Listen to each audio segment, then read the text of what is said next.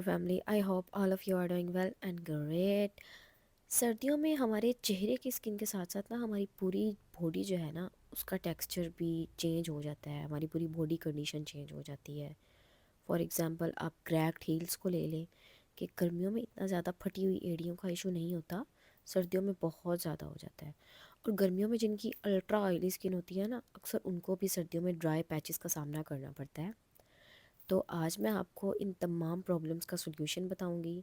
छोटे छोटे टिप्स हैं जिन्हें आप फॉलो करेंगे तो इंशाल्लाह आपकी जो है ओवरऑल बॉडी विंटर्स में बहुत ठीक रहेगी। और जो आजकल स्मोक का इशू चल रहा है ना, जिससे डस्ट पार्टिकल्स हमारी स्किन को डैमेज कर रहे हैं, तो वो भी काफ़ी हद तक इम्प्रूव होगा। सबसे पहले तो ये जो तीन इंग्रेडिएंट्स हैं ना, तीन चीज़ें, यानी कि विटामिन ई के कैप्सूल और वैसलीन और ग्लिसरीन, इन पे आपने सर्दियों में लाजमी अपना पैसा, अपना मनी इन्वेस्ट करना है। ये बहुत ज़्यादा काम देती हैं। तो चले सबसे पहले आपको क्रैक्ड हील के लिए एक क्रीम बनाना सिखाऊंगी। बहुत आसान है इसे बनाना, और ये बहुत महंगी महंगी क्रीम्स के निस्बत बहुत सस्ती बनेगी और बहुत ज़्यादा इफ़ेक्टिव होगी। इसके लिए आपको एक छोटी वाली कैंडल ले लेनी है, सस्ती सी, जो बाज़ार में 10 रुपए की जस्ट ये कैंडल मिलती है, वो लेनी है। पेट्रोलियम जेली आपने लेनी है, कोई भी सस्ती सी बाज़ार की ले लें। आप वैसलीन जो है वो ले लें। वैसलीन भी एक्चुअली एक पेट्रोलियम जेली ही है, लेकिन वो ज़रा सेंटेड होती है और थोड़ी एक्सपेंसिव होती है। आपने हील क्रीम बनानी है तो कोई उसकी ज़रूरत नहीं है। मैंने बाज़ार से ये सस्ती सी 50 रुपए की जो है ना पेट्रोलियम जेली ली थी। आप जो भी आपका दिल करे आप वो ले लें। और साथ में आपने ग्लिसरीन लेनी है। यहाँ पर मैंने इस तरह से इनको तोड़ लिया था कैंडल को, और 1 चम्मच ग्लिसरीन ऐड की और 2 चम्मच भर के पेट्रोलियम जेली के ऐड करने हैं। पेट्रोलियम जेली एक्चुअली बेसिकली जो होती है ना, ये बहुत ज़्यादा ऑइंटमेंट, हीलिंग ऑइंटमेंट का काम करती है। यानी कि फॉर एग्जांपल अगर आपको काफ़ी ज़ख़म भी किसी जगह पर हो जाता है ना, तो आप जस्ट वहाँ पर पेट्रोलियम जेली अप्लाई करें तो वो काफ़ी हद तक ठीक हो जाता है। तो इसलिए ये हमारी हील्स को भी, क्रैक्ड हील्स को बहुत जल्दी हील आउट करने में हेल्प करेगी। अच्छा, बस इस तरह से आपने किसी भी ना हीट रेजिस्टेंट बाउल में इसे रखकर ओवन में 30 से 40 सेकंड तक गर्म करना है, या इस हद तक गर्म करना है कि ये सारी चीज़ें अच्छे से मेल्ट हो जाएं। और फिर किसी भी कंटेनर में इन्हें डालकर ठंडा होने के लिए रख देना है। मैंने यहाँ पर वैसलीन का ही खाली कंटेनर लिया था, तो उसको इसमें मैंने ठंडा कर लिया। और बस रात को आपने सोने से पहले अच्छे से अपने पैरों को साफ़ करना है। अगर आप नहाई हुई हैं तो आपकी जो डेड क्यूटिकल लेयर होगी, स्किन लेयर होगी आपकी हील्स की, वो काफ़ी सॉफ्ट हो चुकी होगी। तो आपने पहले फुट स्क्रबर से उसको स्क्रब करना है, और उसके बाद इन पर आपने अपनी ये वाली हीलिंग क्रीम जो है, एंटी क्रैक्ड हील क्रीम जो है आपने अप्लाई करनी है। ये काफ़ी थिक होती है। इसका बेसिकली इतना थिक करने का मकसद यही है कि जो हमारी एड़ियों पर खड्डे नहीं बन जाते हैं, गड्ढे बन जाते हैं, या वो जो जिल्द है बहुत ज़्यादा छीली जाती है ना, तो स्कैर्स बन जाते हैं, दरारें बन जाती हैं, उनको फिलअप करने का काम करेगी, उन्हें हील करेगी। और बहुत जल्दी ये जो दरारें हैं ना, ये ख़त्म हो जाएंगी और बहुत ज़्यादा सॉफ्ट आपकी नरम व मुलायम आपकी एड़ियाँ हो जाएंगी। अगर आप चाहते हैं कि इतनी थिक ना हो, तो आपने जहाँ पर पूरी कैंडल डालनी है ना, वहाँ पर आपने हाफ कैंडल ऐड करनी है फुल कैंडल की बजाय। बाकी आपने इंग्रेडिएंट सेम ही रखने हैं। ये बहुत अरसा तक चलेगी। आप चाहें तो इसको ओवरऑल विंटर्स के लिए ज़्यादा क्वांटिटी में बना सकते हैं, ख़राब नहीं होगी ये। और इंशाल्लाह आपकी जितनी भी मर्ज़ी ख़राब एड़ियाँ हैं ना, एक हफ़्ते के अंदर अंदर आपको काफ़ी अच्छे रिजल्ट्स मिलेंगे। नेक्स्ट बात आती है जी बॉडी मॉइस्चराइजिंग की। बहुत ज़रूरी है, सर्दियों और गर्मियों में दोनों में बहुत ज़रूरी है। अच्छा, यहाँ पर ना नेक्स्टोन की मैंने एक क्रीम ट्राई की थी, बहुत अच्छी है, पाकिस्तानी ब्रांड और काफ़ी रीज़नेबल है। अगर आप घर में बनाना चाहती हैं तो घर में भी बहुत आसानी से लोशन बन जाता है, बॉडी लोशन बन जाता है, जिसे आप हाथों पैरों पर अप्लाई करें तो बहुत अच्छे से आपको मॉइस्चराइज़ करेगी। अगर आप बाज़ार से नहीं ले रही हैं तो आप घर में भी बनाकर रख सकती हैं। इसके लिए कोई ज़्यादा आपको साइंस लड़ाने की ज़रूरत नहीं है। आपने बस यहाँ पर एक कोई भी आपने बाज़ारी जो है ना एलोवेरा जेल लेनी है। फ्रेश एलोवेरा जेल यूज़ नहीं करनी, सस्ती सी बाज़ारी एलोवेरा जेल ले लें। 2 चम्मच मैं ये ले रही हूँ, आप चाहें तो ज़्यादा क्वांटिटी में बनाकर रख सकती हैं। मैंने ये पहले बनाई हुई थी तो इस वजह से आपको दिखाने के लिए जो है ना, थोड़ी क्वांटिटी में आपको बनाकर दिखा रही हूँ। इसके बाद आपने 1/4 चम्मच जो है रोगनी बादाम ऐड करना है। बड़ा चम्मच मतलब कि जैसे टेबल स्पून है तो 1/4 चम्मच, अगर आप छोटा चम्मच ले रही हैं तो फिर आधा छोटा चम्मच जो है रोगने बादाम का ऐड करेंगी। तो ये लाइटनिंग इफ़ेक्ट भी देता है, हीलिंग इफ़ेक्ट भी देता है और बहुत प्यारा सा ग्लो भी लेकर आता है। इसके बाद आधा चम्मच जो है मैं ग्लिसरीन का ऐड कर रही हूँ। बस इनको आपने अच्छे से मिक्स करना है और जो लास्ट इंग्रेडिएंट है ना, वो इसके अंदर ऐड करना है जी अर्के गुलाब का। मैं यहाँ पर अर्के गुलाब और सॉरी इसके बाद विटामिन ई के कैप्सूल्स आपने लाजमी ऐड करने हैं। 3 विटामिन ई के कैप्सूल मैं अंदर ऐड कर रही हूँ और उनके बाद हमने जो है ना अर्के गुलाब ऐड करना है और इस मॉइस्चराइज़र को आपने अच्छे से मिक्स करना है। यानी कि इसके अंदर जो है ना अर्के गुलाब बेसिकली एक वाटर ही है, तो वाटर और बाकी के जो है ना कंसिस्टेंसी वो अलग ना हो, इस तरह से आपने मिक्स करना है कि फुल एक क्रीम की तरह बन जाए। बस इस तरह आप इसे डे में भी अप्लाई कर सकती हैं, नाइट में भी अप्लाई कर सकती हैं। आप as a night moisturiser apply कर सकती हैं, लेकिन ये फेस के लिए नहीं होगा, आपके हाथों के लिए होगा, बाजुओं के लिए होगा, गर्दन पर अप्लाई कर सकती हैं और पैरों पर भी आप अप्लाई कर सकती हैं। बेस्ट रूटीन तो यही है कि आप हीलिंग क्रीम यानी कि एड़ियों वाली क्रीम अप्लाई करें अपनी एड़ियों पर। उसके बाद आप अपने पैरों पर इस लोशन का अच्छे से मसाज करें, इससे मॉइस्चराइज़ करें अपने पैरों को और फिर उसके बाद अपने मतलब कि जो भी सॉक्स का पेयर अपने पास लाज़मी एक रखें। आप उन्हें अपने पैरों पर चढ़ा लें सॉक्स के पेयर को और फिर सो जाएँ। तो बहुत आपके बिल्कुल बच्चों जैसे सॉफ्ट पाँव हो जाएँगे और जो अगर डार्क मतलब कि आपके हो जाते हैं ना जॉइंट्स, फिंगर जॉइंट्स डार्क हो जाते हैं, तो वो भी काफ़ी हद तक लाइट हो जाएँगे।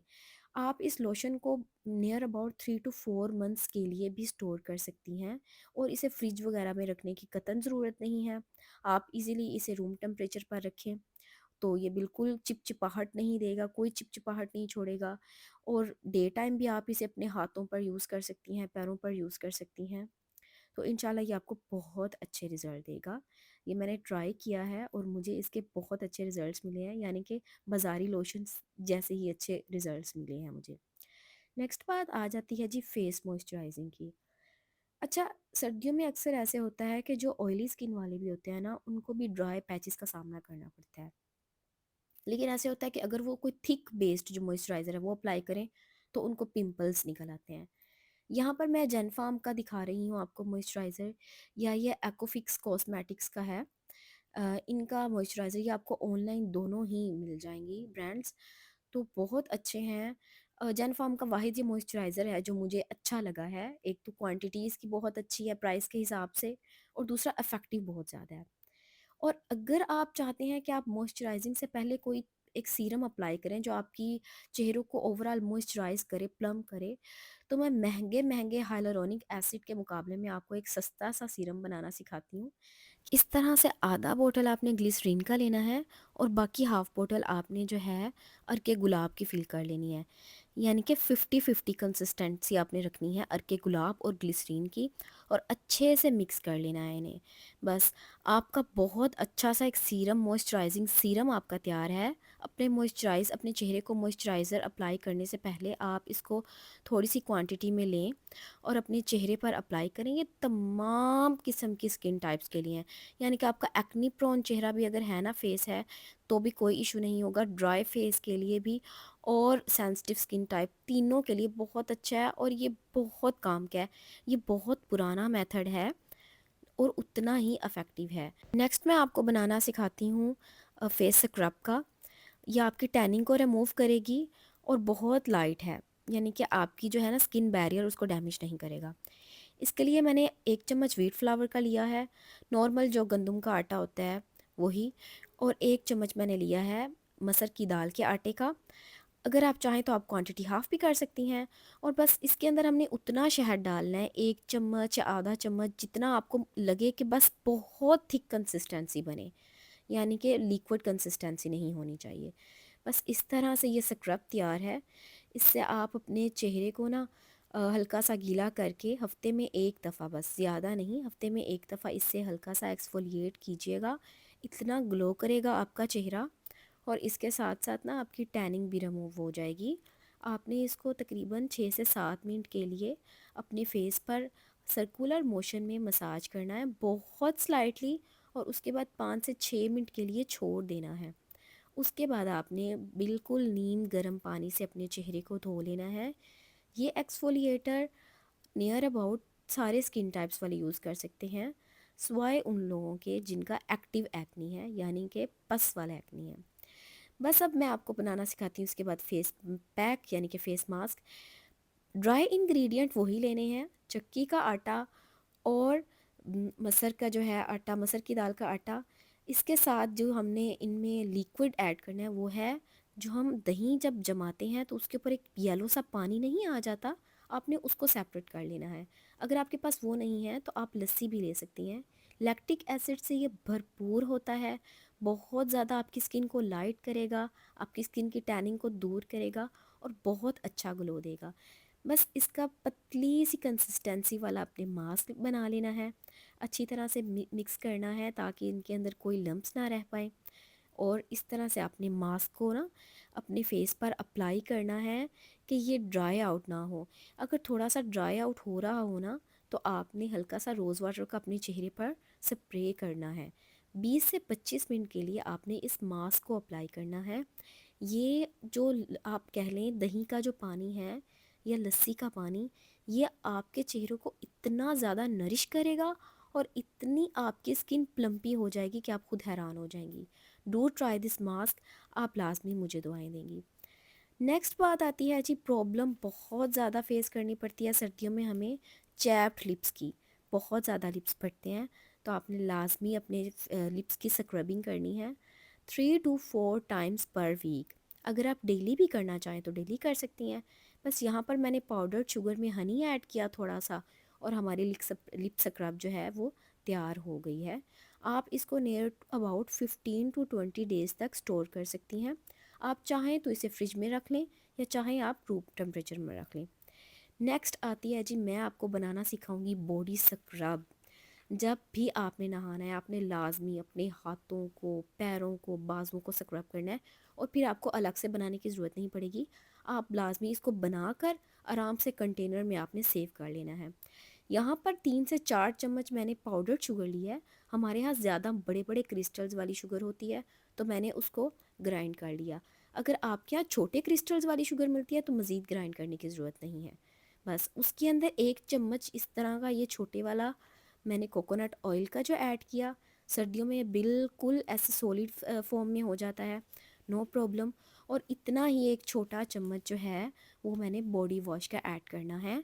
अगर आपके पास बॉडी वॉश नहीं है, नो प्रॉब्लम, आपने ऐसे ही 1 चम्मच लेना है साबुन का, उसे कद्दूकश कर लेना है और उसके अंदर 2 चम्मच पानी के मिला के अवन में गर्म कर लेना है और वो अंदर डाल देना है।